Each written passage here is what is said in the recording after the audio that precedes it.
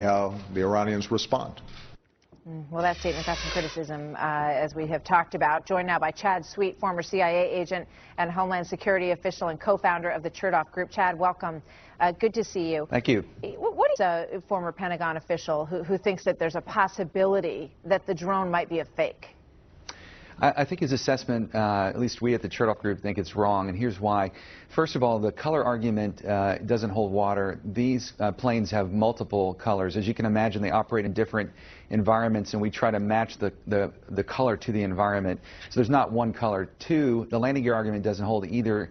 It's entirely possible the gear was damaged upon landing, or as it was noted, Chad, let me just stop you because I want to tell you. We're showing the picture right now. So the landing gear, now our lower third is covering it. But if we can back off and take the full shot, the argument is that the landing gear, in a second you'll see it was covered in this shot. And so the person at the Pentagon said, well, the landing gear was covered because it wasn't there, because it's fake and it's non-existent. What do you think? I don't buy the argument, and here's why. I mean, it's entirely possible the U.S. has acknowledged that it malfunctioned.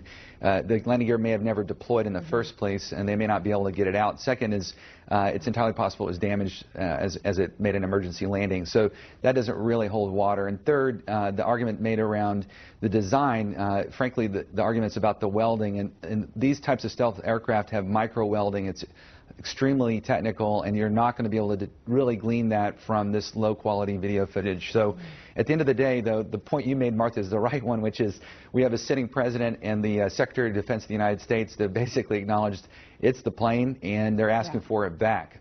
So it's case closed. It's authentic. I might mention also, you see the flags you see there. They look like sort of like American flags, and across them, just for the folks at home, it says, "We will trample America underfoot, and the U.S. cannot do a damn thing." That's what the Iranians wrote on those flags that surround what is believed to be our drone. What about the issue of whether or not it should have been blown up once it was discovered that it got down there, and we don't really know how quite yet?